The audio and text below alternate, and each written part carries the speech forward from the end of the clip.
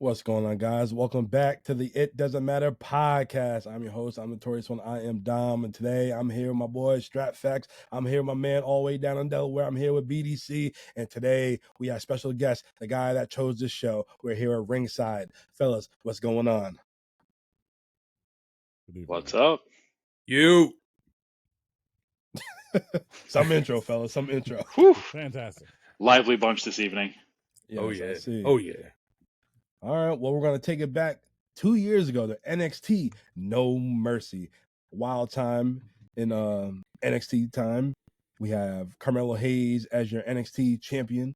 We have Becky Lynch. She is the women's champion at the time. Yep. We have a young Trick Williams starting to take over, no pun intended. But yeah, it's a wild time NXT. Ringside, why'd you choose this show right here? I chose this because I'm a filthy NXT mark, and I will always choose the NXT show over everything else. But I remember this one from a couple of years ago because we were just coming out of the NXT 2.0 era. We were kind of the white and gold, if we had to classify it as a color scheme, which we usually do for NXT over the years. And there's just a lot of good up and coming. You got Mello was cruising, Trick was just coming up. We had Bron was on his own, bona fide star. Corbin was hanging out, doing his best run. Becky was coming down, helping everybody out. Tiffany was really hitting her stride at this time. You had the Creed brothers. You just had prospects everywhere, and it was just a good show, like every other NXT PLE. Damn right. All right, well, a video package kick off the show of the old No Mercy from the N64 game. I got that game. John, you still got to play it. I'm telling you, you got to play it. And they highlight all the matches taking place. So you see the characters in the N64 form, and it was pretty dope seeing that. I'm like, dang, I kind of wish they brought this back. Will I buy it? No, because something similar to that is like the AEW Fight Forever game, and I'm all set. But yeah, it takes place in Bakersfield, California. We got Booker T and Vic Joseph on commentary. In our opening match, we have Bron Breakker, who we know who is that badass today on the main roster, taking on Baron Corbin. Baron Corbin he's not the lone wolf. He got the biker gimmick. He found so many different gimmicks, but now he's in NXT and he's trying to reinvent himself. Yep. So, ringside, what are your thoughts on Baron Corbin at this time? This is peak Corbin right here. I think he was his best work on the mic is right now, his best work in the ring right now. It's like he went down there and I think he felt he had something to prove. You know, he's been on the main roster for 6 or 7 years at that point. He's done everything. He won Money in the Bank. He lost Money in the Bank. He was rich. He was poor. He was rich again. What else did he do? He was the constable. He was completely shit on by the authority in the ring. They kind of soft fired him and blamed him for the reason everything sucked at the time. So him coming down here, work with the kids, as it were, just try something new. He's got new music. He came out with the bike. He got new gear, and he was just cruising. He was just hitting at everything. He was doing really well at this point. Like I said, I think this is the best Baron Corbin we've ever seen at this point in time. I still like that lone wolf, that debut of Baron Corbin in NXT, but I dig it. He finally established himself or reinvented himself to, get to where he was at. Now, after this, was this when he formed a tag team with Bron Breakker? Because then they won the tag titles or something like that? Shortly after this, yeah. Okay. They won the tag belts. They were the Wolf Dogs, I believe. The Wolf Dogs. Great name. Very creative. John, you got that t-shirt? Guess that's a no. No Wolf Dogs for him. All right, well, back to this match. Baron Corbin, he pulled up in the big badass chopper, big badass bike, and Bron Breakker being himself, he just flew over the top rope, taking Corbin out. And it was a brawl. These guys are fighting throughout the crowd. And Corbin tried to take Bron out through a table, but he missed. And then they finally got inside in the ring. And yeah, these guys are going at it. This is your opening match right here. And the fans, they're really into it. And Corbin with the deep six, which I still love to this day. That moves high. All he's doing is just spin and slam. But it's just impressive. The first time I seen it, I was amazed. I definitely enjoyed that.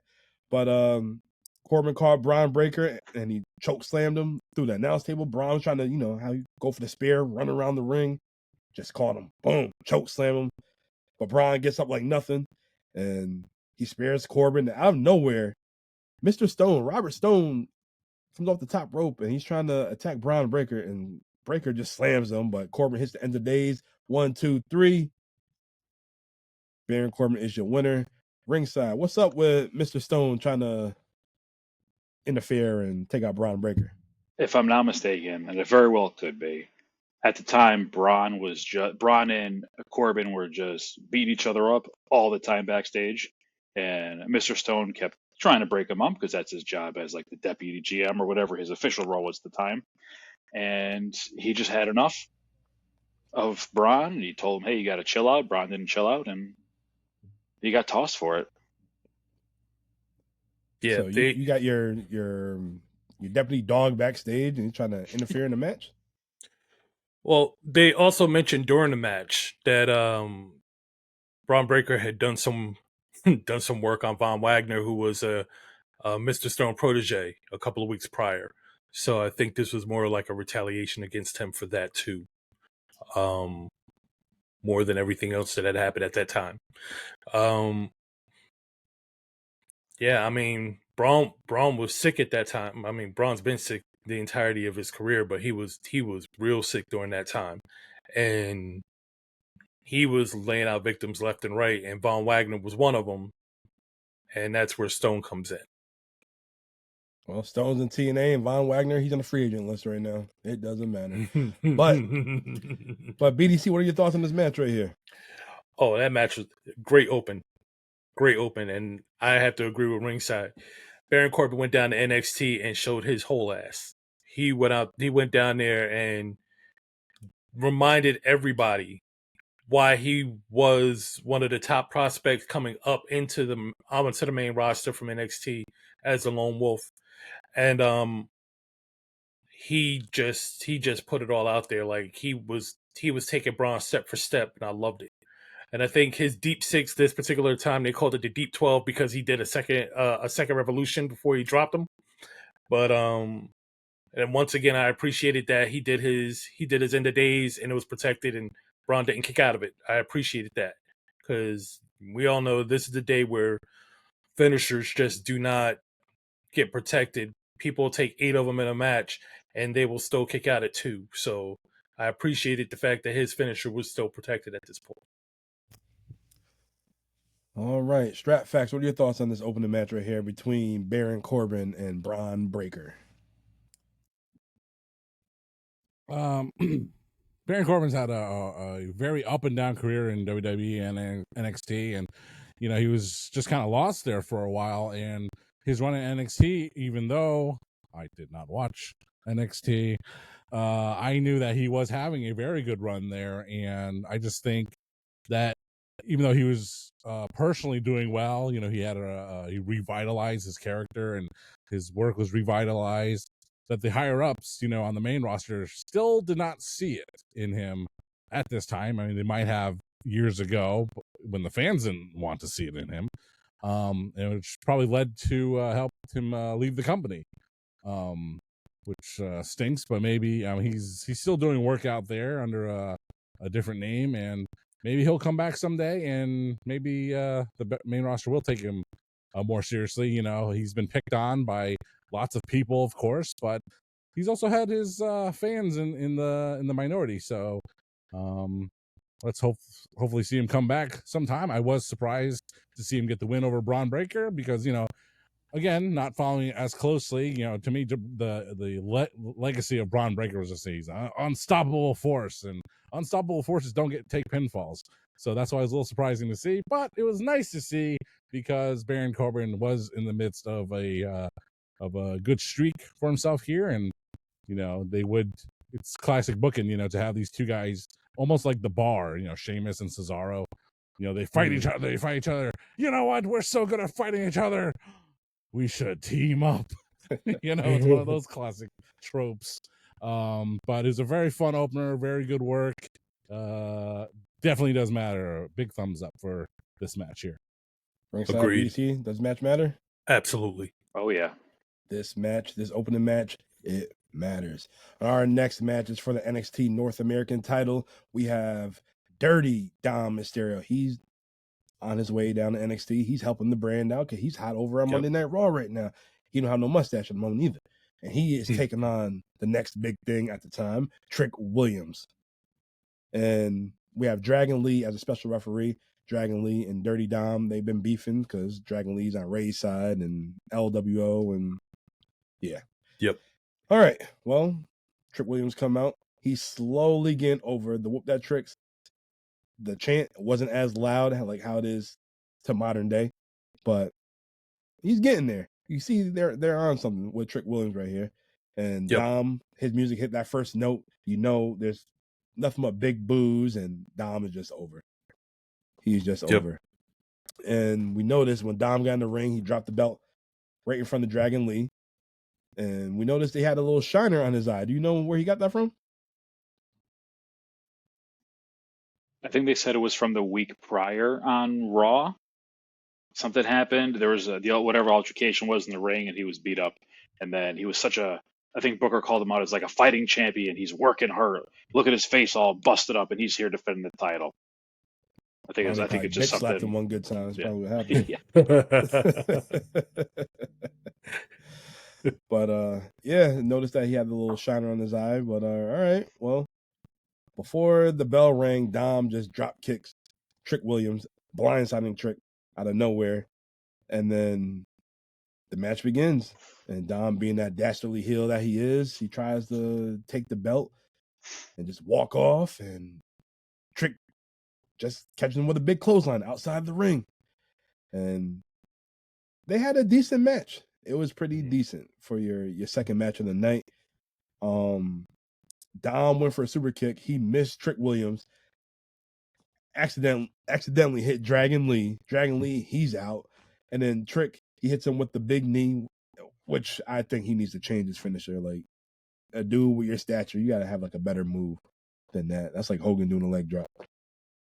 That's just my opinion, but it is what it is. He hits the knee, but there's no referee. So we get another referee, comes out, and the ref got taken out. He got taken out too. And then Dom tried to hit Trick with the title, but he caught him with the knee again, and then boom, Trick Williams, he's your new North American champion. Ringside, what are your thoughts on this second match right here between Trick Williams and Dirty Dom Mysterio? I thought it was pretty damn good. Trick was still figuring it out at this point. Like you said, the whoop that Trick chants weren't that loud. Booker was kind of vibing a little bit on commentary, but he hadn't really started to ascend yet. And it was just crazy to think because December of that year of 2023, I believe, was Deadline. And it was in Bridgeport. I was there. I was there too. And it was thunderous when Trick came out. And I thought everything was just like the roof was going to collapse when Trick finally won the very last second. So to see that in like a 90-day period, to go from, Trick's got something, to holy shit, he's the dude from now on. That's just pretty cool to see him kind of like meager beginnings almost right here. Really good match. Dom is, like you said, such a dastardly heel. He's one of the best shit heels I think they've ever had. Without his mustache, it's strange. It's unnatural. I don't like it. I can't believe at this point, he didn't grow. It took him a while to figure that out. Really good match. I do like the Trick shot as Trick's finish because it's a quick thing. You can hit it on anybody. I mean, like you said, he's got some good stature. He's tall, but it's a quick move. He can hit the Trick shot out of anywhere, and that's game. That's the match, and that's exactly what he did. Hit him with the belt, or the Trick shot into the belt into Dom's face, and that was it. One thing I did find very funny is Dragon Lee took the bump, and when you put on a referee shirt, you also gain all their attributes and lose yours as a pro wrestler, because he was out for like 7 or 8 minutes, and it's like, it's Dragon Lee. If he takes a super kick in a match, he'll be down for 10 seconds. Then he was out for most of the match. I thought it was very funny. Very good match. Good start. People hated Dom then. They hate him now. It's very good. Good all across the board. Still crazy over, though. Yeah. Still crazy over. Yeah. Yeah, just like you said, how Dragon Lee took that bump. He was out for like 8 minutes. I always hated that when a former talent, Triple H, Shawn Michaels, Kurt Angle, they actually get punched in the face and they just laid out. They're just done. It's over for them. Oh my God, like get up. Like, we know what you're capable of doing. Next thing you know, a week later, let's have a match. Now you're just wrecking back havoc. to normal. Yeah. But yeah, this match, it definitely does matter. Strat, what are your thoughts on this match right here? First, I have to take the thought I had and put it in the back of my mind. Has no relevancy on this show. But it's, you don't. No. So that thought doesn't matter, is what you're saying. Oh, it does matter. On the X-rated, it doesn't matter podcast. Oh no. That knows me too well. Yeah, this match. Dirty Dom. Man, when you think about it, man, this guy has been hot for a while, huh? And pre and post mustache. I actually went to Walmart in Groton today, and they're getting ready for a new lineup of action figures because they had none, and they usually have a decent selection. I was hoping to find the new Dominic Mysterio action figure with mustache because I found one at the Waterford Walmart, no mustache. I was like, that's not the Dom I want. That is not the Dom I want. So he's in the midst of being over. He's still over, so that's good for him to be down NXT, lending some of his popularity to NXT. And Trick Williams, just when you mentioned that deadline show in Bridgeport, oh man, I had no idea that happened because it was not on my radar. So good for you guys. Good for the true. It was NXT a good show. faithful. I thought Trick was gonna lose, man. Like the way he was down like 4 or 5 points, something like that, and then just to come back and get the win. Oh man. Tiffany with I don't think he had one. Yeah, it was good. It was definitely good. One pinfall. Yeah. We don't want to spoil it. We might talk about that if you haven't already in a few months. Who knows? Yeah. But generally speaking, I'm not that familiar with Trick Williams' work. I'm just not. I know where he ascends to, but I just not like I said, not that familiar with his work. But that being said, it was a fun match, and Dragon Lee, he had a purpose in the match. But I was about to say, like, dude has no purpose in the match. Just that one, he has one spot to do in the end to continue the feud with Dom. But other than that, it's just, hey, it's Lucha Ref, cool, good stuff. But a lot of booking involved in this match, so you can consider it a little bit overbooked for my taste. But that's just the nature of pro wrestling and NXT, man. So fun little match, but not match of the night by any means. BDC. It was a great second match. It delivered. It did what it needed to do. The fans were excited to see Trick finally land a title. This was really the beginning of his ascent. Like you said, you mentioned deadline, but this right here, him claiming the North American title, was really the start of it all, especially with what happens later in the night. And it was a good match. I wasn't a big fan of the Trick shot in the beginning. I've kind of grown to like it now.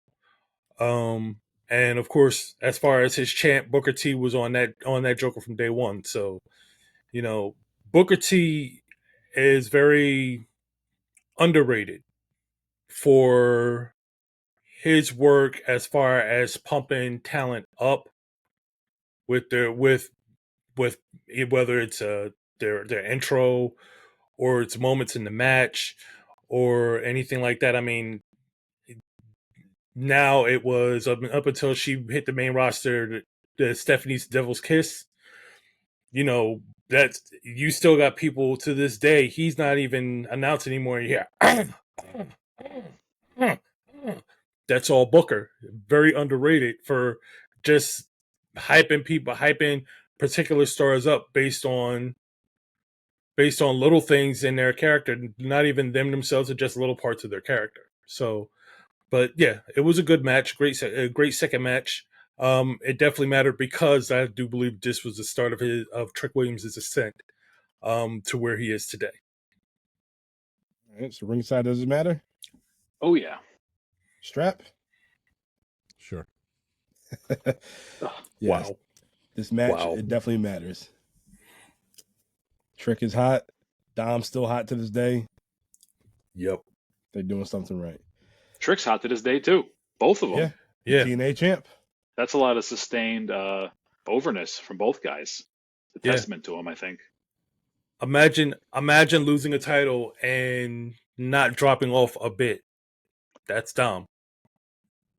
He lost the title and it did not affect him at all. Just didn't. And Trick did everything in NXT. So go win the TNA title. Yep. There you go. All right. Well, our next match is for the tag titles. We have the Creed brothers taking on Angel Garza and Humberto Carrillo taking on OTM. And they're taking on the tag team champion of Tony D'Angelo and Channing Stacks Lorenzo.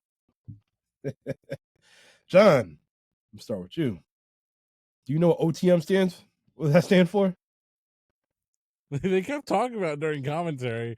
Like Ricky T's like, that's something from the streets, man. You know, the Jeffersons are moving on up. I still don't remember exactly what it stands for. So OTM stands for Out the Mud. Out the Mud. That's a terrible ass name.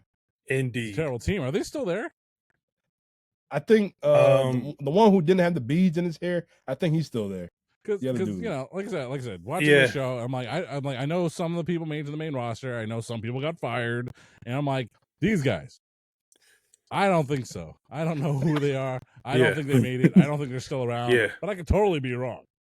Well, I know that ultimately Jada Parker joined that group, and then she basically rose up and passed that group. So she's just her own thing now, and that group is still. So, yeah. You remember Scripps? Reggie. Yeah, I'm Reggie, like, did he yeah, get fired he's too? gone. Reggie, Reggie's yeah, he gone. Reggie's gone. Yep.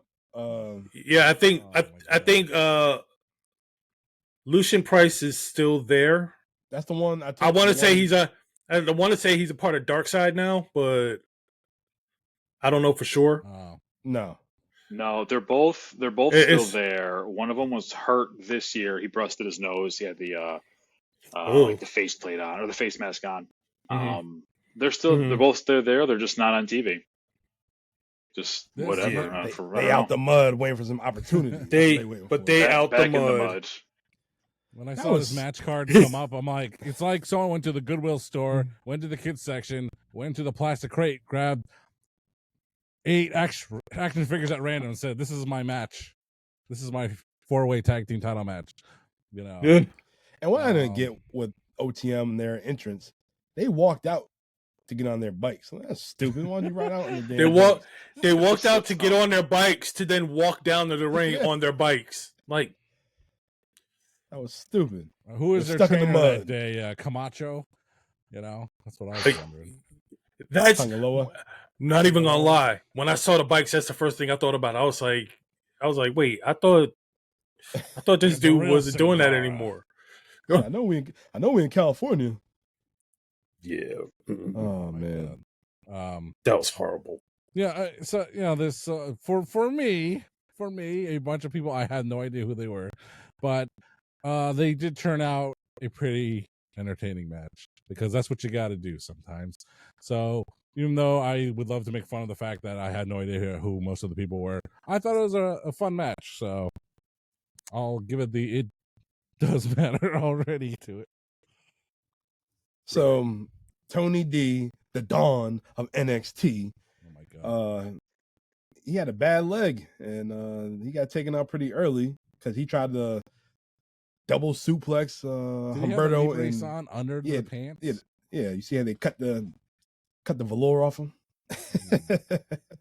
Yeah, so he went to the back. And then, man, Garza and Humberto, man, they look good, man. I wish they had more yeah. opportunity to shine. Like, I know Right. they're like the AAA tag champions right now, but Mm-hmm. does that really matter? They need to put promo pieces on each of them individually. They can be over. They're just Humberto got, like, nowadays, Humberto got like a great look to him. Like, he leaned out more and whatnot. And you see how he's getting busy in this match. When he did that, it was like a snap mirror and like a headlock. I don't know. It was some wild tag team move. I'm like, damn, these guys are innovative. I was digging that. You know how I feel about the Creed brothers. Young Kurt Angle's, Chad Gable. You know that's my type of guys right there. Brutus is a brute. How he did that springboard Brutus bomb. Oh my God, that shit was crazy. Julius, just strong as hell, taking both guys out. OTM, they ain't do nothing for me. they ain't do nothing for me. Two big dudes, just one is a wrestler and one is stuck in streetwear. And he's in the mud.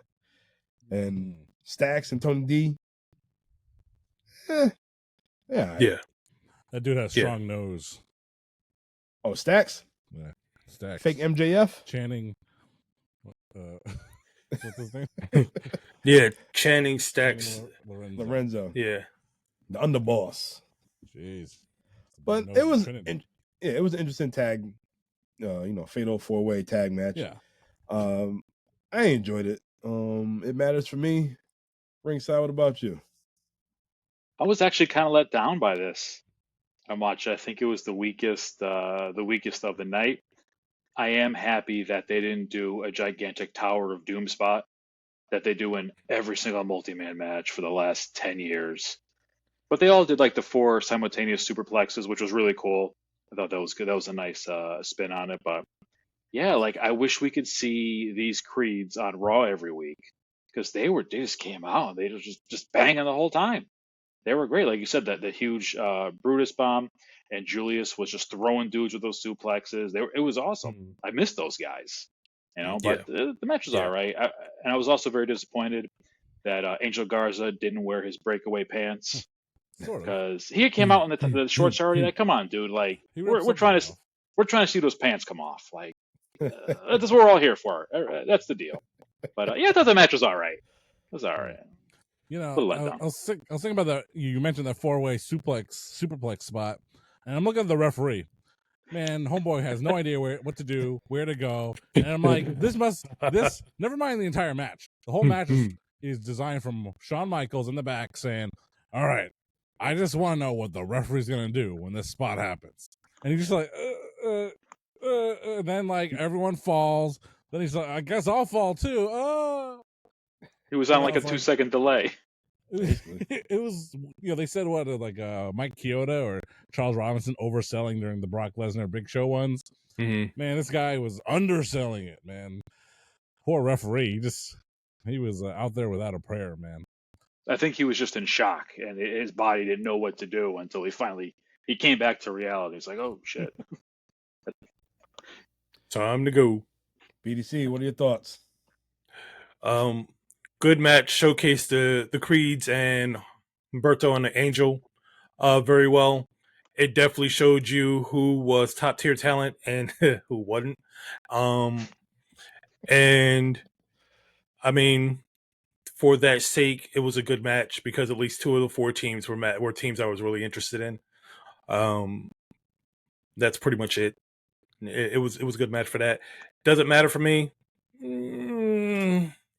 I'm not on the fence about that, but as I said, 2 of the 4 teams were worth it for me, so I guess I'll say it does for that. All right, so it matters for BDC, it matters for me, it matters for Stratton ringside.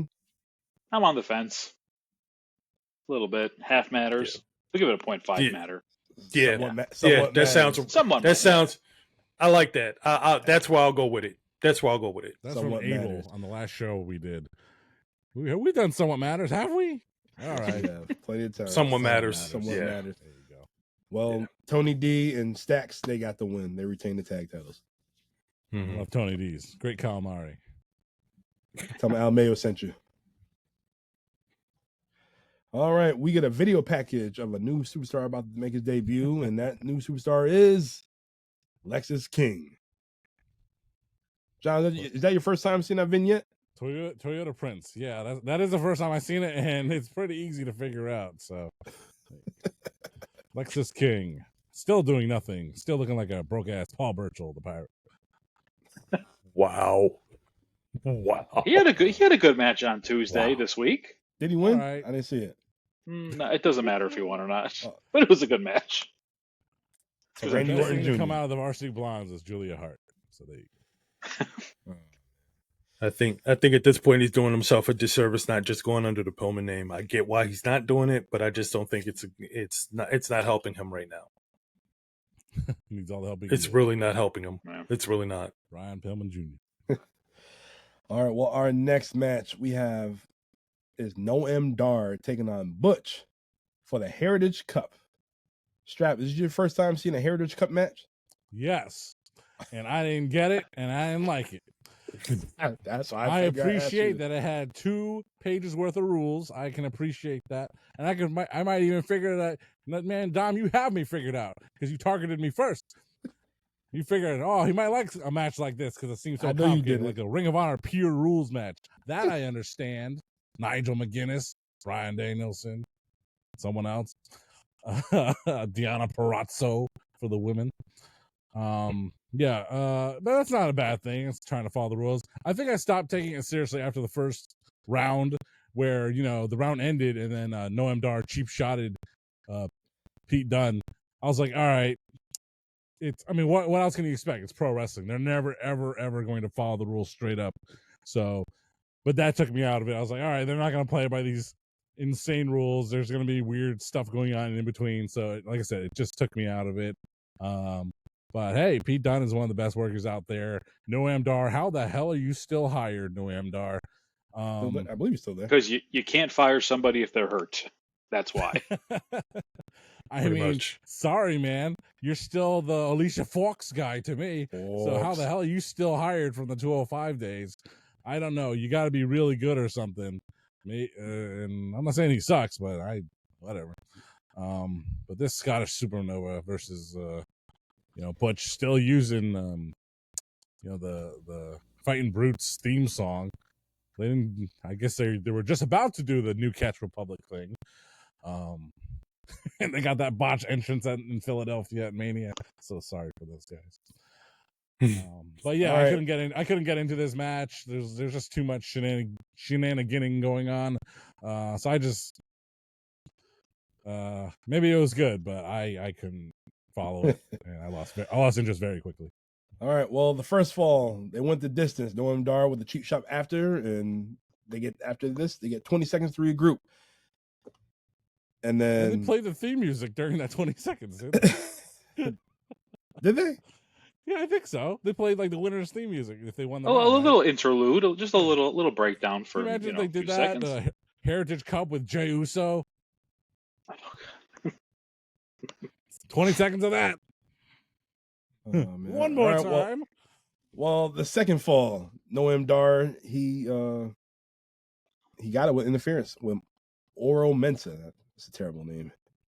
Oof. Oh man, so many bad names on this show. The ref got distracted because the bell rung, but yeah. That's how Noam Dar got the first fall. Known as Ora Funsa. The third fall, Butch wins with the bitter end to tie it up. The fourth fall, round 4, Noam Dar, he's saved by the bell because he's about to get his ass choked out. Then round 5, they're very physical. They going at it. And I'm surprised Noam Dar didn't win with that spinning back elbow because he laid Butch out with that. Ooh, the Doan. He knocked him clean, but Butch, he kicked out. And then he hit him with the brain buster on the ring apron, but Butch kicked out again. And then before the round ended, Butch, snapped the fingers. There you go. And then you get another 20-second rest period. Round 6. Oro tried to get involved, and then Dar hits the Shining Wizard on Butch, but Butch kicks out, and then Tyler Bate, he goes after Oro Mensah, and he's taking him out, and then Butch is hitting all Pete Dunne's signature moves. Noam Dar kicks out. Damn, these are some terrible ass names, like you said, John. They're terrible. I wish they were Japanese. Oh, Yaku Hakase and Tomo Dishi. Oh man. So it was a lot going on. Everybody's interested in this round 6 right here. And all of a sudden, Gallus came out of nowhere, took out Tyler Bate. They interfered, took out Pete Dunne, and Noam Dar, he steals it. and he's the winner of the Heritage Cup. Wow. What's up with Gallus?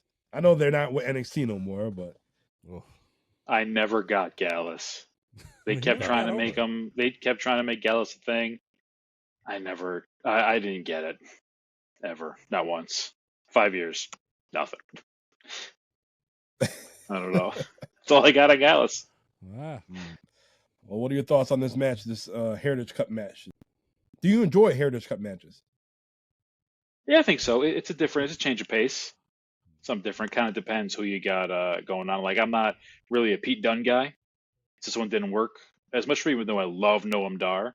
He's one of my dudes.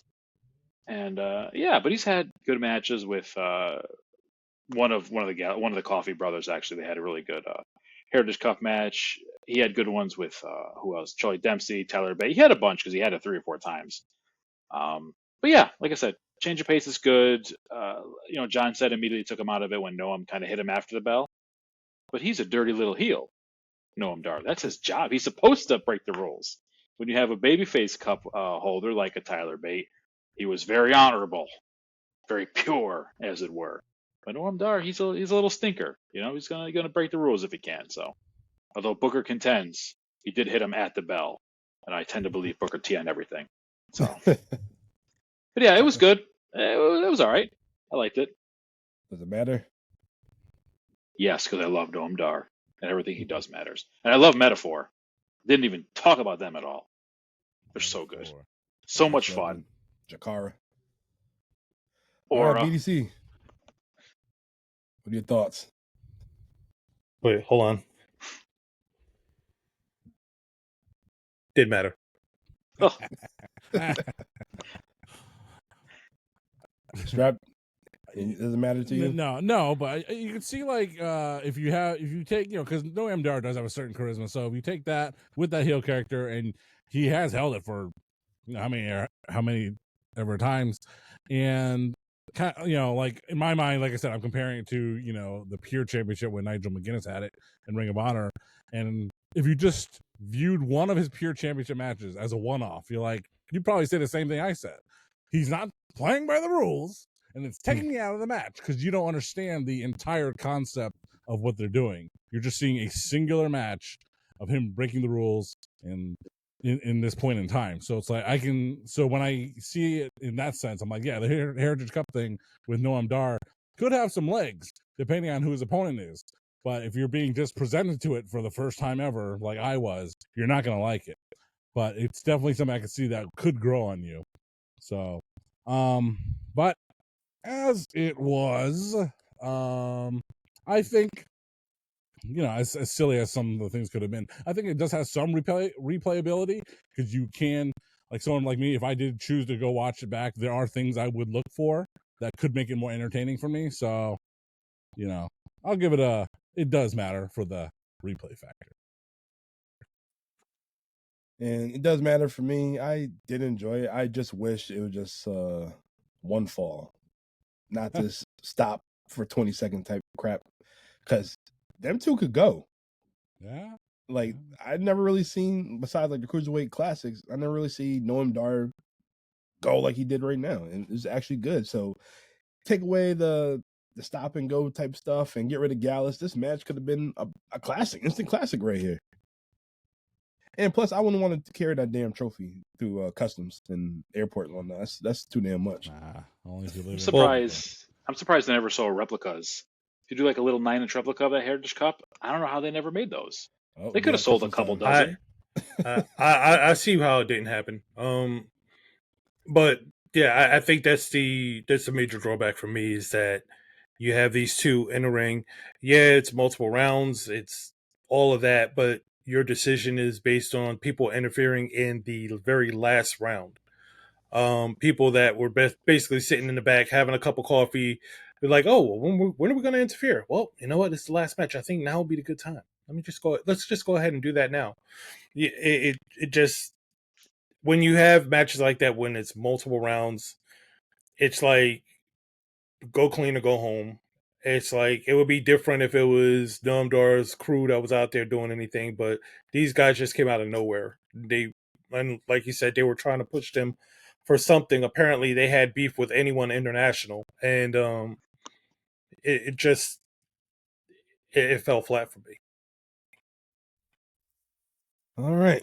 Well, our next match is for your NXT Championship. We have Carmelo Hayes defending his title against Ilja Dragunov, The Mad Dragon. the Mad Dragon. So they had a match at NXT Great American Bash, and Melo got the win with the help of his boy Trick Williams. And this time he wanted to do it on his own. He wanted to prove that he can do it. So we get a banger of a match between these two guys right here. Melo comes out, has all the jerseys of all the people that he defeated, like how the Undertaker had the tombstones, everybody defeated at WrestleMania. He had the jerseys, some generic jerseys.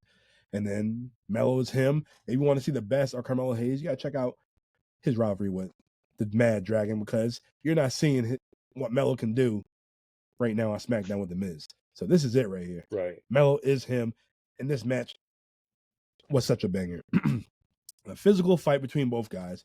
If you guys are not familiar with Ilya Dragunov, you're about to be soon when he's on the main roster, kicking off with Rusev. That's gonna be a banger. That's gonna be a banger. But between these two guys, like, this is like one of the matches like you just sit down, no phone, just watch, because these guys just pause, giving it all to each other, and then Ilya with the super H-bomb, which is like that flying forearm, flying elbow. Knock my man Melo out cold, and he is hyped. He is intense, and he is your new NXT champion. And after they got the 1, 2, 3, he's still hyped. Yeah, I did it. Yeah. I told you I'm gonna do it. And then he did the sign of respect. He picked up Carmelo Hayes, like yoked him up, shook his hand. I told you I was gonna do it. Like, all right. But yeah, so the Mad Dragon, he's your champ. Good ass fight. Yep. Ringside, what are your thoughts? Absolutely banged. Straight up. It did start a little slow, and they kind of started slugging it out, and it was just a high gear from there. It was cooking. It just didn't stop cooking so much. Yeah. And like I said, Ilya is one of the most intense dudes they got in the roster. He's 110% every match. It doesn't matter if it's a random Tuesday for NXT, if it's on Raw, if it's a PLE. He has one speed. That's it. He doesn't slow down for nothing. I loved it. It was great. And like you said, after the end, after he won, he picked up Melo and he's shaking his hand and he's like yelling in his face, like, thank you, like, you're awesome, thank you. You kind of see it in between the camera cuts. And it's just friggin' great, man. That's it. No notes. No notes. No notes. Ringside, who you got? Ilya or Chris Benoit in the match? Present day, probably Ilya. All time, before say like maybe 2003. I don't know. That or early 2000s Benoit was something else. I'd probably still go with Ilya though. I don't know. That'd be a hard hitting match. Oh yeah. God damn. Oh yeah. I won't hear that one. All right. BDC, what are your thoughts on this match right here? I'll sum it up in 5 words. The match of the night. The match of the night. Easy.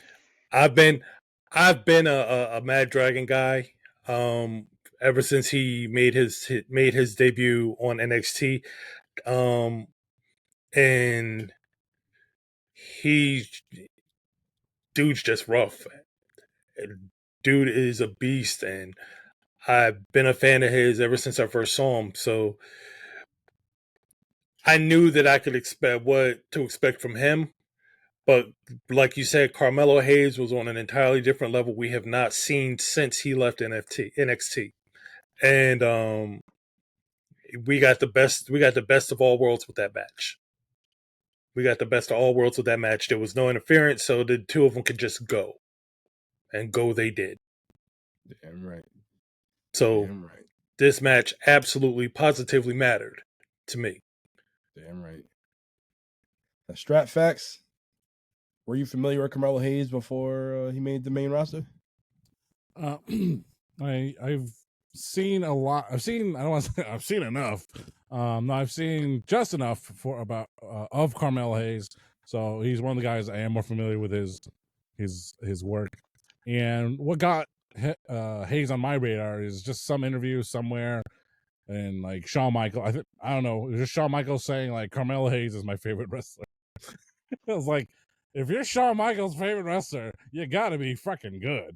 So that's what put Carmelo Hayes on my radar, to like really just pay attention to anything he's actually doing. So if there is a TV show, if there is a NXT PLE, maybe I won't watch the whole show, but maybe I'll check out that main event because Carmelo Hayes is on it and he's doing something relevant and important. And even though I haven't turned on the game in quite a long time, but I love putting Carmelo Hayes on my roster as general manager in WWE 2K24, 25, mostly 24. I love putting him on my team, on my roster, my brand, WCW, and I always enjoy playing as him when and having his entrance music come out. So I do enjoy Carmelo Hayes quite a bunch. He's terribly miscast on the main roster. I mean, what do you do with him? It's like you can do a lot of things, but they're not. But hopefully with the Miz, he doesn't get lost in the shuffle. But I did watch Homecoming, and Jesus, man. Watch NXT Homecoming. It just makes you feel bad because how great these guys were on NXT, and including Carmelo, including Trick, including DIY. What the heck? Why can't you guys be like this on SmackDown? But yeah, this was a great match. I'm also a big fan of Ilja Dragunov, another guy I love putting on my roster in 2K24. He's great. Any guy that beats Walter on the jump, man, that's instant credibility. You can't beat Walter, man. You can't beat Gunther like that. But he did. He's on that less than where my hand is. Less than 5 people that beat him. Well, the list is growing now. Yeah, a big fan of both these guys. So to have these two face off like this, it's just incredible. And they delivered, absolutely delivered. And before we get to the main event match, I just want to say that the commentary, BDC talked about the energy that Booker T brings, and Vic Joseph's been around a long time too. But man, I don't like these guys. I don't like listening to them. As a matter of fact, the first match I decided to watch and listen to in Spanish. Oh, Jesus. Oh, wow. God. Jesus. So for the remainder of the show, up until the women's main event, it was just Booker and Vic Joseph, and they, it's okay, it's okay, but they really got to me during the women's main event. And I midway through the match, I turned it back to Spanish. Wow! But that's coming up. That's coming up next month. Then that's coming up very shortly. But Carmelo Hayes, Ilja Dragunov, definitely does matter. Super 5 stars for you guys. Just great stuff. Definitely worth going out of your way to check out these two. Yep. Yes. And Strap, you said Shawn Michaels like Carmelo Hayes. His new guy that he likes, watch out for, the young OG, Javon Evans. Be on the lookout for the young OG. Yeah. He made a brief debut on SmackDown, but I don't know what the hell happened. Is he the Orton guy? No, that's not the deaf dude. All right. But yeah, young OG, Javon Evans. Be on the lookout. Yeah, he's a very, when I first saw him, he reminded me of Booker T, except extremely skinny. But that dude can go. They said he got heart like Sami Zayn. And that dude could just fly. That dude just flies all over the ring, literally. Yeah. Yep. Rumor has it he's pretty bouncy. I've heard once or twice. And, that's a very solid rumor. Solid rumor. I don't like that. Very solid rumor. Javon's great though. He's got a good look. Yeah. He could talk. People freaking love him. I think he's only 20 to 21. He speaks like a 20 to 21-year-old. He doesn't go out there with, at NXT No Mercy on this Saturday. He doesn't do like. Oh no, he's street. He's straight street. He's straight street. He's great. love him. I'm And very excited for him to finally take the next step. right, and because he's height wise he's decent size, but because he's so skinny, he takes some crazy bumps. He takes some crazy bumps. He gets thrown. he gets thrown in some crazy All the big ways. matches just tossed. Yeah. The springboard off the top rope onto the announce table. Yeah. Oh my God. Obafemi almost destroyed him. Trick Strat, Williams almost destroyed him. That's your homework right there, Strat. Watch Obafemi and Javon Evans for the NXT title. That was in Lowell. I think it was in Lowell. Oh my goodness! It was a few weeks ago. It was like so. Maybe like it was 2 months pretty ago, recently. like yeah, yeah, pretty recent. Yo, Oba. Ooh. Ooh. Yeah, check that match out. The ruler. It should be. It was such a big impact, that one spot with the announce table. They ran late, and as soon as they had the pinfall, they cut. They had to turn off the broadcast because they took so much time on that spot. Yep. Or if you just download TikTok, I'll send you the video and you just watch the whole match.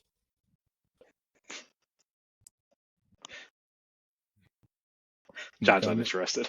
All right, what's next? John's like, nah, I'm not doing that. So if you gave a lot of steroids to Apollo Crews, would he beat Obafemi? Apollo Crews ain't got. No, I mean, Cruz is already way more jacked than Oba is. What is this? It's not a gimmick, but Well, one was a fake accent. One is. Yeah, I was about to say he. Yeah, Oba got a fake accent too. Oba's fake too. He's from Tennessee. Yeah. Cool. You didn't hear him when he won. He cut a promo when he won the title, and midway through he cut it to an American. He was like, plenty of champions come out here and they say, I knew I could do it. I hollered. I was like, are you kidding me? He's hilarious. He's hilarious. All right, well, let's get to our main event. The main event of the night is for your NXT Women's Championship match. It's an Extreme Rules match. It's Tiffany Stratton taking on Becky Lynch. Becky Lynch made her return to NXT. Why? Because she's the man. She can do whatever she wants. She dominated Raw. She dominated SmackDown. She main evented WrestleMania 35. We were all there. Were we awake? Maybe. It was a long night. But she did everything. She's the mother, best-selling author, and now she's back in NXT, and she's the champ. And Tiffany Stratton, she's saying she is the next rising star. She's going to main event WrestleMania. She ain't lying. She's doing that. She's showing that. And she looked good. She had the, her little Barbie doll entrance and whatnot with the pink and the black. And was that her music? Was that the original music? That was her original music. I hated that shit. It sounds terrible. It did. People missed that. I mean, I don't know what her original music was. So I missed the Titantron where it's all like the Barbie font and Barbie's Dream House. But the actual music is much better right now. Yeah. Okay. It is. She's modern day Barbie. She need to be a heel again, to be honest with you. But Becky Lynch, they showing her, her highlights and whatnot, her accolades, and she's like, "Oh, I'll be right back." Came back, had the shopping cart for all her stuff that she picked up earlier in the day, and had the hard hat when she tried to headbutt her, and the hat fell off. That was pretty funny. So she just ran in with the hat, and then she has something in the bag, and I thought about what we talked about a few weeks ago. She had a bag full of broken Barbie dolls.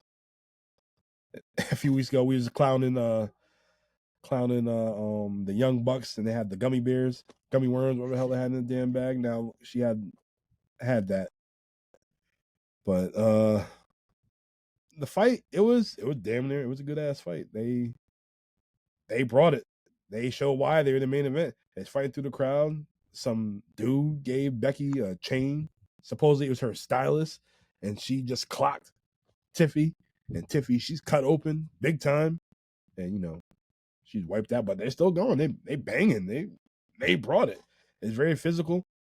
Tiffy went for a swanton off the top rope through the table. The table didn't break. Brought it back in the ring. Hit her with another swanton. But Becky kicked out, and shitload of chairs out there, and Becky hits her with a manhandle slam. 1, 2, 3. Becky wins.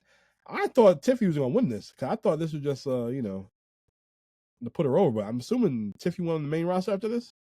After Deadline, right? It was a little while later. I think it was the following year.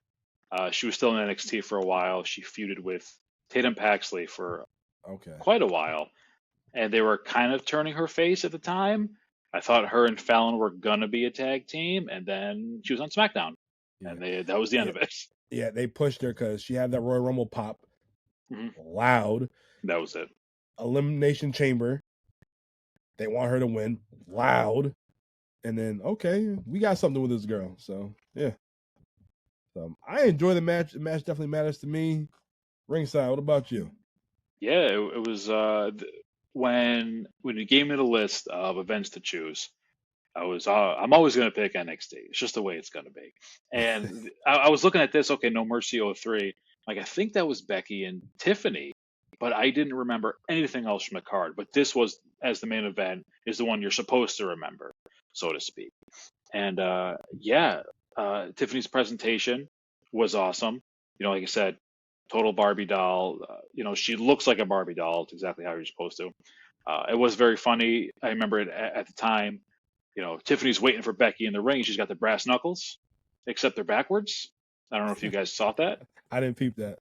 I saw it when it happened. I remember, I think those are backwards, but it's still going to hurt. Doesn't matter.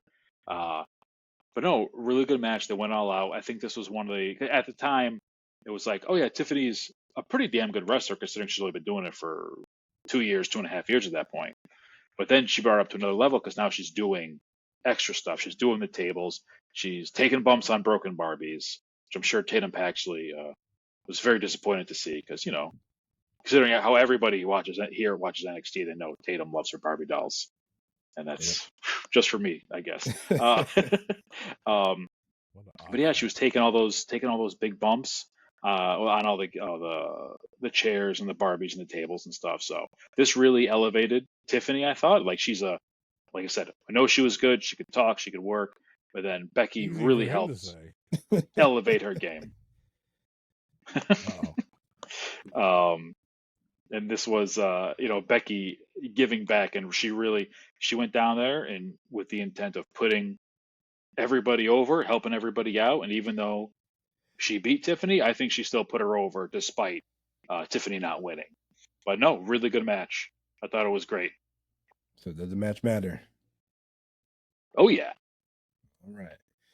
BDC, what are your thoughts on this main event? Main event was good. Becky Lynch going back down to NXT was like the gift that kept on giving.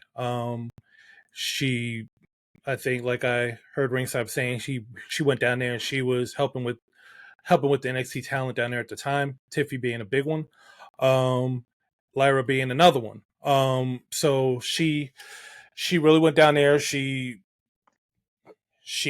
brought her expertise in. She put on good matches. This match was no exception. It especially for an Extreme Rules match, where those matches can tend to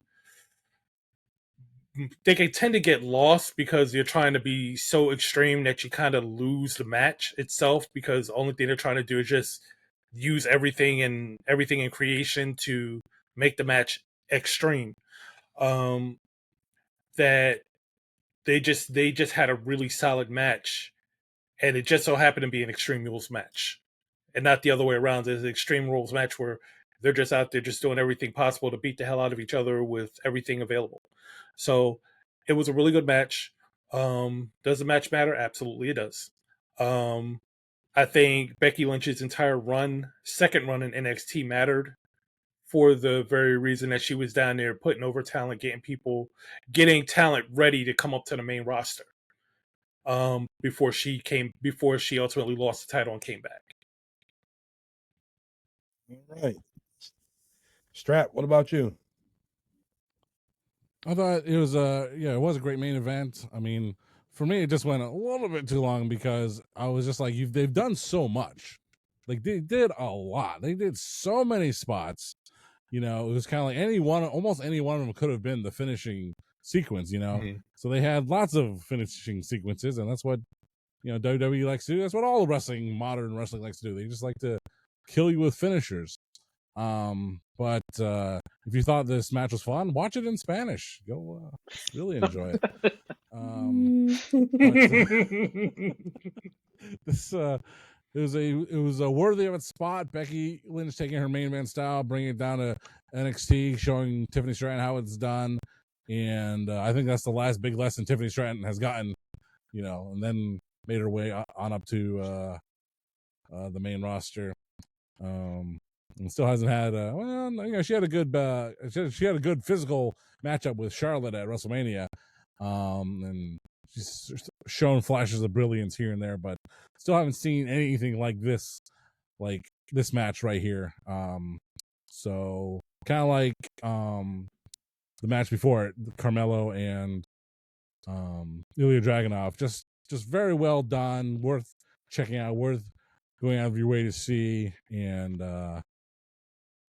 this will make a fan out of you for this era of NXT. Right, so it was unanimous. This match matters. NXT No Mercy, the whole show matters. John, would you go back and relive this whole show? It's definitely more than some of the shows we've reviewed over the course of podcast history. It's a very good show. A lot of things to see, especially if you like to reflect on some of the main roster superstars, even a couple of years ago. You get to see them right before they hit the quote big time, and you get to see them do great work, as indicated by the two main events, the opening match, and like I said, even the tag match throwaway for the titles was still fun for me. So the whole show was a lot of fun, and especially at under 3 hours, it's a big win for wrestling fans. There you go. Well, this concludes the month of September, NXT No Mercy 2023. Next month, we're kicking off with No Mercy again, but this time we're taking it back to 2008. Poppy Platino's choice. Poppy Platino will be back next week, and I'm going to run through the card right quick.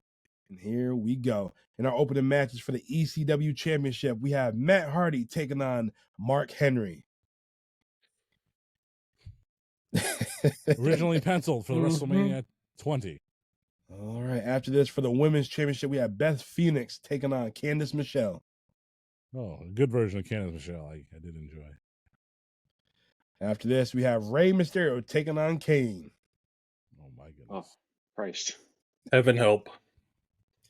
We have a singles match to determine the number one contender for the World Heavyweight Championship between Bradshaw taking on Batista. Abel. Next match, we have the Big Show taking on the Undertaker. You guys are laughing. Our next match is for the WWE Championship. We have Triple H taking on Jeff Hardy. Wow. And our main event is a ladder match for the World Heavyweight Championship. We have Shawn Michaels taking on Chris Jericho. That's the only reason he chose it. That's the only reason why he told me. That's the only reason why I chose it. Yeah. That's right there. Yep. This episode of Super SmackDown brought to you by Starburst Juicy Fruit. He said, I looked through the whole match. It's the only reason why I chose this match right here. The show right here, just because of that. Jesus. I said, yeah, I figured that. There could be some surprises there. That lineup is not good. Mad sketch, son. Is that one of the worst cards on paper? No. It feels like it. It is. Yeah, it feels like it. December so Dismember. It's so retread. It's such of a retread. We've seen these matches before, so let's see. Like, all right, and they know it too. They have to know it too. They're like, all right, let's see if we can pull something. I mean, Rey Mysterio versus Kane. We're groaning already, but maybe this is the one where they pull out something special. I don't remember, so we'll be in for a pleasant surprise. Well, if you can't remember, they probably didn't pull out something special. I think that reasoning lines up. I feel like everybody remembers the whole Shawn Michaels Chris Jericho thing. That's the only thing everybody remembers. All right. For now. Godspeed, friends. Godspeed. This is definitely this not definitely felt like a No Mercy that we just went through. This is going to be No Mercy on our eyes next week. Ringside, more welcome to. Oh, I have to. I have. You gotta go a funeral that day. Sorry, guys. Yeah. I was about to say you got to go pet the dog or something. Yeah. You got to go pet the dog. Return some videotapes. Oh man. Yeah, I got a Blockbuster video, and I got a Blockbuster video. I got to go return it to that lone one left in Oregon.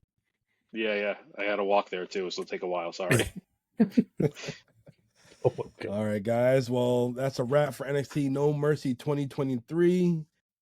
Thank you guys for being a part of the show. StratFax, BDC, Ringside, and I appreciate y'all doing this. We're gonna keep bringing gems, keep bringing the hits, and if you like what we do, remember to like, subscribe, share, and comment, and let us know what one of your favorite moments is of the It Doesn't Matter podcast. We're gonna continue to bring all the hot takes, all the knowledge, and all wrestling talk. Until then, we will see y'all next time. Boom.